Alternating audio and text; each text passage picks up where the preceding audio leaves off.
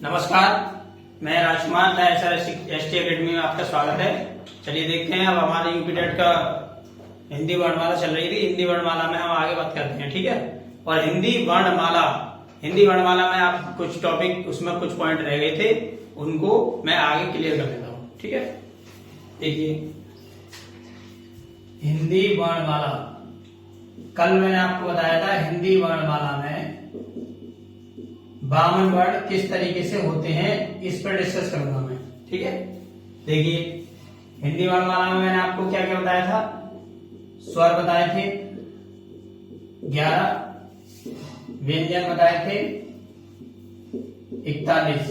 इसमें मैंने आपको बताया था हिंदी वर्णमाला के अंतर्गत कुल वर्ण 52 होते हैं और मुख्य वर्ण कितने होते हैं, 49, ठीक है। और हिंदी वर्णमाला के अंदर कुल व्यंजन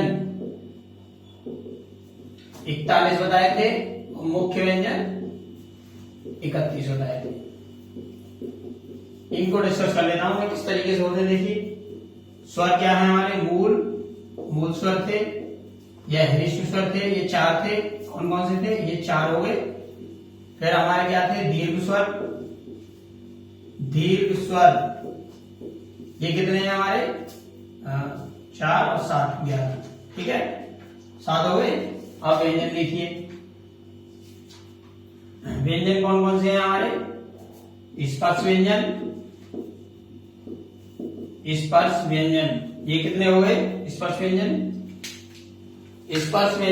25। उसके बाद हमारे ऊष्म व्यंजन है, ऊष्म व्यंजन 4, कौन से थे, शा और ये वाला सा और हा, ठीक है। उसके बाद हो गए हमारे अंतस्थ व्यंजन, इनकी संख्या कितनी थी, 4। कौन कौन से थे, 11, लावा, ठीक है। उसके बाद थे हमारे उत्क्षिप्त या द्विगुण व्यंजन, उत्क्षिप्त या द्विगुण, दोनों नाम पूछे जाते हैं, द्विगुण, ठीक है। ये कितने थे, 2, 4 और 4, कितने हो गए, देखिए 2 और देखिए, ये हो गए हमारे अयोग वा, संयुक्त व्यंजन। और लिख दीजिए पहले, संयुक्त व्यंजन।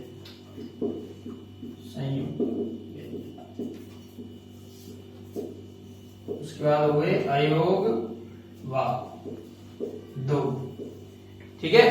अयोग वा कितने हो गए, 2, और संयुक्त व्यंजन कितने हो गए, 4। कौन कौन से, छ, त्रा, ज्ञा और श्रा। इसमें रिवीजन भी हो जाएगा आपका और ये भी हो जाएगा, दोनों काम हो जाएंगे। देखिए, कुल कितने व्यंजन हो गए हमारे, देखिए 11 हो गए।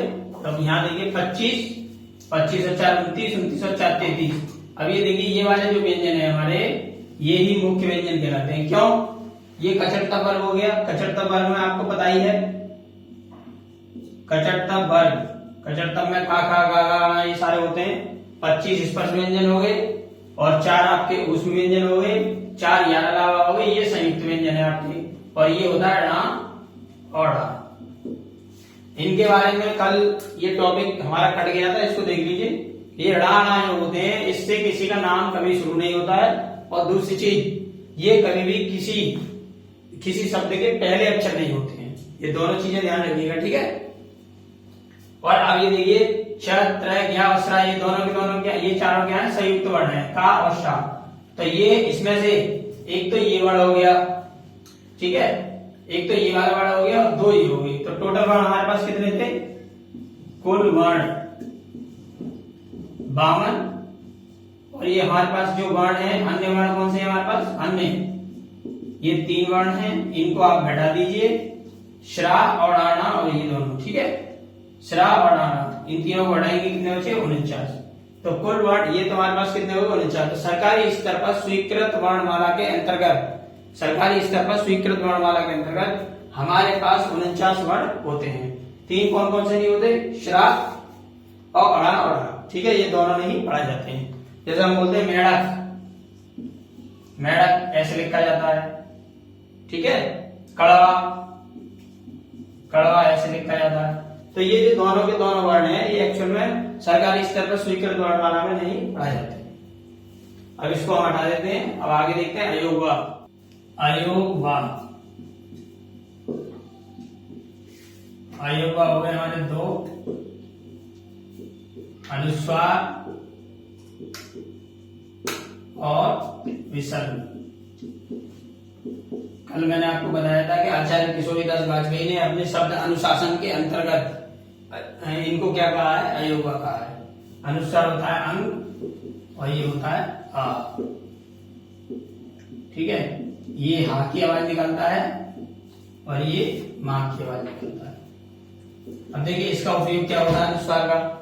अनुस्वार का उपयोग जो होता है ये देखिए, जैसे हम लिखते हैं एवं, तो ये एवं में क्या आ जाएगा, एवं।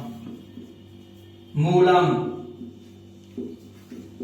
मूलम, मूलम में किस तरीके से लिखा जाएगा, मूलम, मूलम। जैसे आपके पास एक शब्द बोले वयम, ये वयम लिखते हैं हम इस तरीके से, और इसको यहां से हटा दीजिए और ये बिंदी किस तरीके से हो जाएगी, इस तरीके से, वयम, ठीक है। और विसर्ग में क्या होता है, अतः, प्रातः,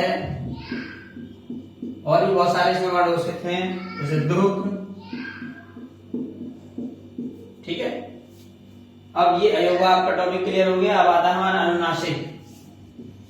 अनुनासिक एक टॉपिक है इसमें, अनुनासिक, और एक ले लेते हैं हम अनुनासिक, अनुसार हो गया हमारा, और एक होता है चंद्र बिंदु, चंद्र बिंदु, ठीक है। अनुनासिक में कौन कौन से आते हैं, अनुनासिक वर्ण कौन कौन से होते हैं ये देख लीजिए।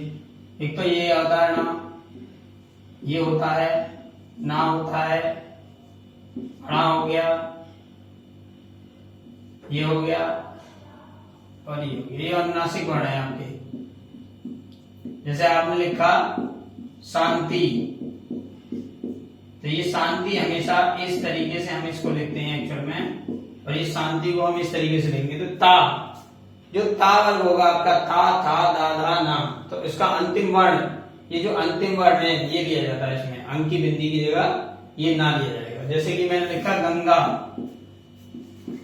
तो ये हमारे वर्ण कौन कौन से होते हैं, का, खा, घा, घा, अणम, चा, छा, जा, झा, और ये वाला ये होता है ठा, ठा, डा, ढा, और ये वाला, ठीक है। ता, था, दा, धा, ना, और ये होता है पा, फा, वा, भा और मा। तो ये जो अंतिम वर्ण होते हैं ये अनुनासिक वर्ण होते हैं, पंचम वर्ण होते हैं। अब ये गंगा, गा, तो गा किसमें आ रहा है, इसमें आ रहा है, इसका अंतिम वर्ण क्या हो गया, ये। अब इसमें क्या आ जाएगा, गंगा, ठीक है। हमें लिखना मान लो डंडा, तो डंडा किसमें आ जाएगा आपका, देखिए डा, डा देखिए, टाटा टाटा, ये वाला आना आएगा इसमें, पंचम वर्ण है, चिन्ह में होता है। हमें मान लीजिए लिखना है कुछ एक आध दो वर्ण और इसमें देख लीजिए, जैसे लिख दिया पंगा, तो देखिए गा, गा का अंतिम वर्ण ये हो गया, तो ये वाला आएगा पंगा, तो ये आधे हो जाते हैं। अब इसमें देखिए चंद्र बिंदु में देख लीजिए, इसमें क्या होगा, इसमें और इसमें अंतर क्या होता है, चंद्र बिंदु का जो प्रयोग होता है वो इस तरीके से होता है। चंद्र बिंदु में और इसमें फर्क क्या होता है ये देख लीजिए आप, इसमें और चंद्र बिंदु में। तो चंद्र बिंदु में जब हम इसको बोलते हैं तो बोलते वक्त नाक से वायु ज्यादा निकलती है और मुख से कम। इसमें मुख से वायु ज्यादा निकलती है और नाक से कम। नाक से दोनों से निकलेगी, लेकिन इसमें ज्यादा निकलेगी और इसमें कम निकलेगी। जब आप प्रैक्टिकली इसको शब्दों को बोलेंगे तब आपको खुद आइडिया हो जाएगा। जैसे हम बोलते हैं आंख, आंख, बांस, ऊंचाई,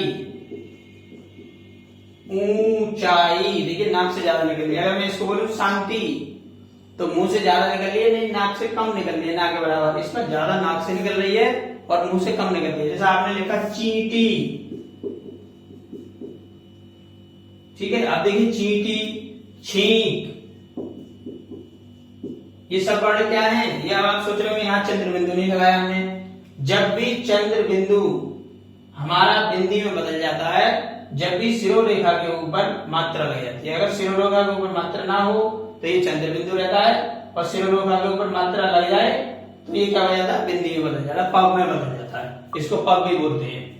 अब मैं आपको 2-3 पॉइंट और बता देता हूं इसमें जो भी रहेंगे आपके।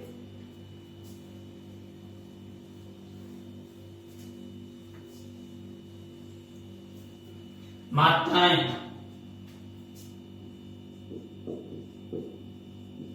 मात्राएं किसकी होती हैं? मात्राएं जो होती हैं वो स्वरों की होती हैं, ठीक है। स्वरों की मात्राएं होती हैं, ना कि व्यंजन की मात्राएं नहीं होती। व्यंजन की मात्राएं नहीं होती। आपसे कई बार पूछा जाएगा कि मात्राएं स्वरों की होती हैं, व्यंजनों की होती हैं, दोनों की होती हैं, तो आप क्या बताएंगे? मात्राएं स्वरों की होती हैं, व्यंजनों की नहीं होती। कभी कभी आपसे ये पूछ लेता है कि हमने ये लिख दिया प्रसाद, या हमने लिख दिया कर्म, क्या देखिए नीचे कर्म, क्या ये मात्रा है? नहीं, ये मात्रा नहीं है, ये रा का रूप है, ठीक है। फिर मात्राओं को देख लीजिए एक बार, ये मात्रा बता देता हूं मैं।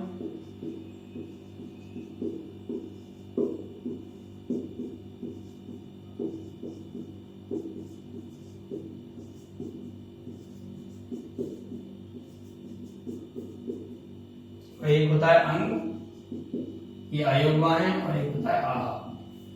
तो छोटे आ की कोई मात्रा नहीं होती, ये कई बार एग्जाम में क्वेश्चन पूछा गया है। बड़े आ की मात्रा ये होती है, छोटी ई की ये होती है, बड़ी ई की ये होती है, छोटे ऊ की ये होती है, बड़े ऊ की ये होती है, री की ये होती है। जैसे आपसे पूछ लेता है कृषि, ठीक है।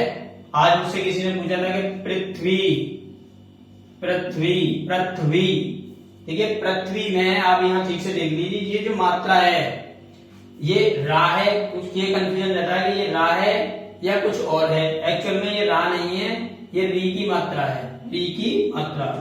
तो इसको हम बोलेंगे पृथ्वी, ठीक है।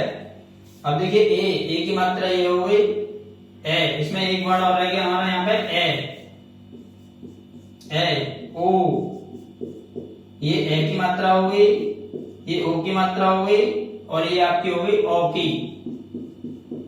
की मात्रा, और अंग की ये हो गई, अंग की ये बिंदी हो गई आपकी, और आह की ये विसर्ग हो गई, ठीक है। ये सारी की सारी मात्राएं आपकी क्लियर हो गई। तो आज का टॉपिक हिंदी वर्णमाला का मैं इसको यही खत्म करता हूं। अगर इसमें कुछ रह गया तो मैं आगे इसमें क्लियर करूंगा शब्दों के उच्चारण स्थान में। इससे नेक्स्ट टॉपिक आपका शब्दों का उच्चारण स्थान रहेगा, उसी में सारी चीजें हम क्लियर करेंगे, ठीक है। धन्यवाद दोस्तों।